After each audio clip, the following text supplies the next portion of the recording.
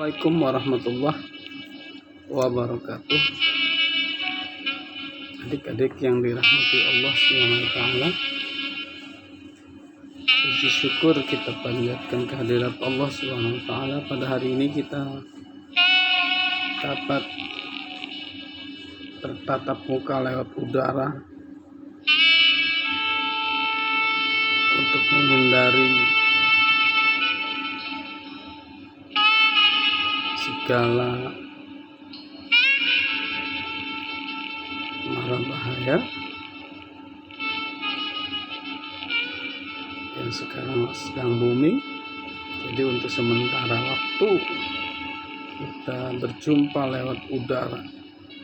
Adik-adik yang dirahmati Allah, tidak lupa kita mengucapkan puji syukur kehadirat Allah Subhanahu wa taala. Mudah-mudahan kita selalu diberi perlindungan akan kesehatan,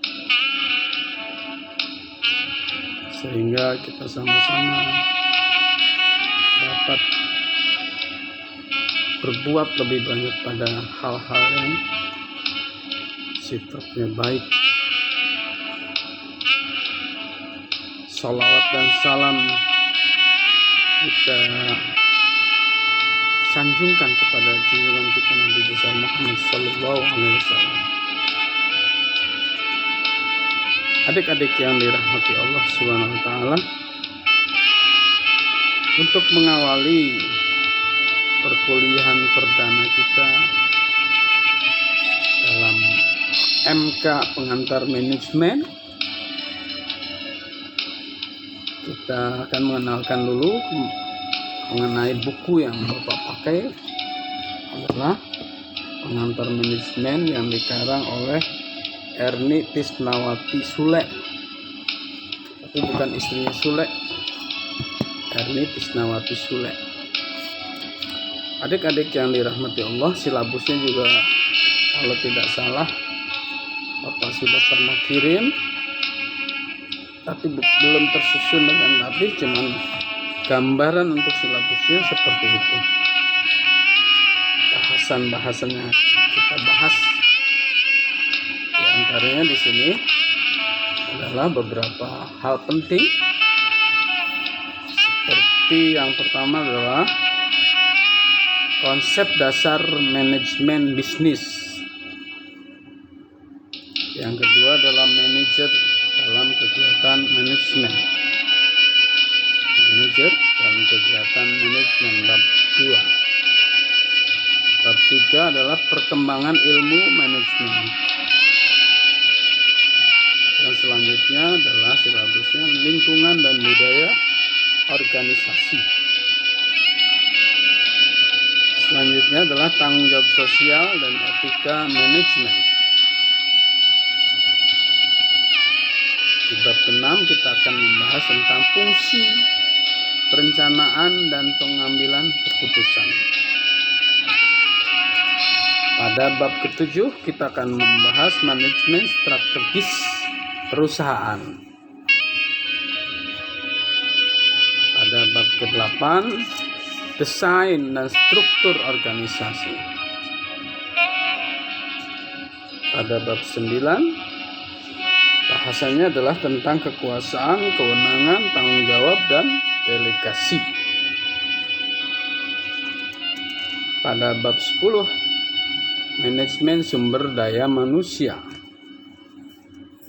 Di bab 11 faktor individu dalam organisasi.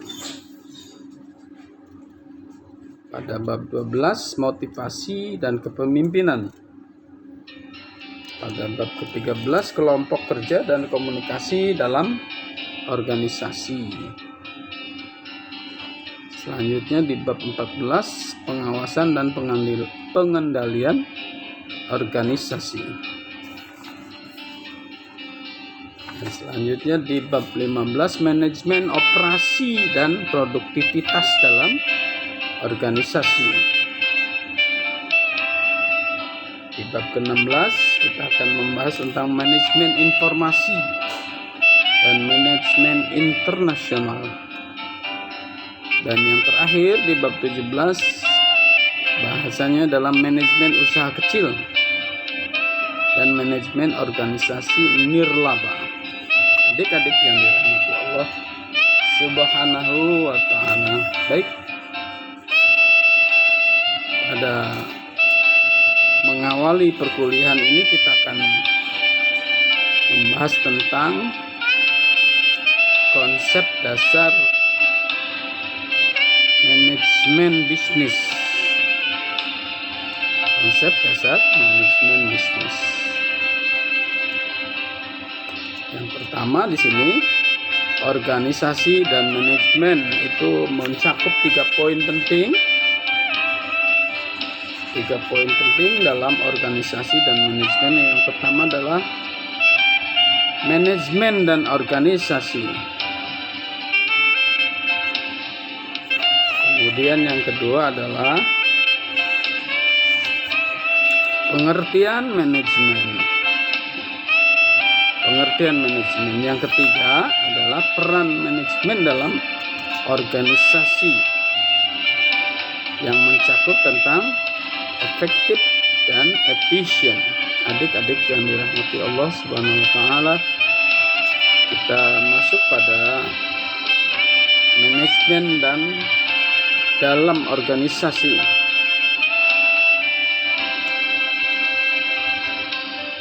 Kata manajemen tampaknya sudah begitu sering kita dengar. Manajemen ya. Dan sudah sangat familiar dalam kehidupan sehari-hari yang kita dengar. Sini bahwa manajemen erat terkait dengan konsep sebuah organisasi. Manajemen itu terkait dengan konsep organisasi. Dalam satu organisasi tentu untuk kelancaran, untuk efisiensi, untuk pengembangan satu bangunan tentu harus ada manajemen. Sehubungan dengan hal tersebut, maka ada baiknya kita memahami dahulu pengertian manajemen dan organisasi. Menurut Griffin, organisasi adalah sekelompok orang yang bekerja sama dalam struktur dan koordinasi tertentu dalam mencapai serangkaian tujuan tertentu. Jadi adalah sekelompok orang yang bekerja sama dalam struktur koordinasi tertentu dalam mencapai tujuan tertentu. Atau dengan bahasa lain, penulis mendefinisikan organisasi sebagai sekumpulan orang atau kelompok yang memiliki tujuan tertentu dan berupaya untuk mewujudkan tujuannya tersebut melalui jalan kerjasama. Kelompok orang yang berbeda-beda karakter untuk mewujudkan tujuan tertentu melalui sebuah kerjasama. Berbagai organisasi memiliki tujuan yang berbeda-beda tentu ini. Setiap organisasi visi misinya pasti memiliki visi misi yang berbeda. Tergantung pada jenis organisasinya. Misalnya organisasi politik misalnya dapat memiliki tujuan untuk menyalurkan aspirasi rakyat melalui aturan kelembagaan politik tertentu. Satu partai itu adalah menyuarakan aspirasi rakyat dalam melalui aturan kelembagaan politik tertentu. Atau bisa juga organisasi politik itu bertujuan untuk meraih kursi sebanyak-banyaknya untuk menguasai parlemen misalnya. agar perannya sebagai pembawa aspirasi rakyat dapat diwujudkan secara optimal. Jadi untuk menentukan arah kebijakan yang terkait dengan terkait dengan aspirasi rakyat, organisasi politik memiliki ambisi untuk menguasai kursi. Karena dalam alam demokrasi, suara terbanyak itulah yang mewakili satu keputusan. Di sisi lain, organisasi sosial dapat memiliki tujuan yang berbeda pula, berbeda dengan organisasi politik. Organisasi sosial di sini bertujuan untuk menyalurkan aspirasi rakyat melalui kegiatan yang sifatnya langsung dan nyata dan dapat dirasakan oleh masyarakat, misalnya melalui pemberian sumbangan, pelatihan dan sebagainya. Apa nih? Mejanya. Dari mana nih?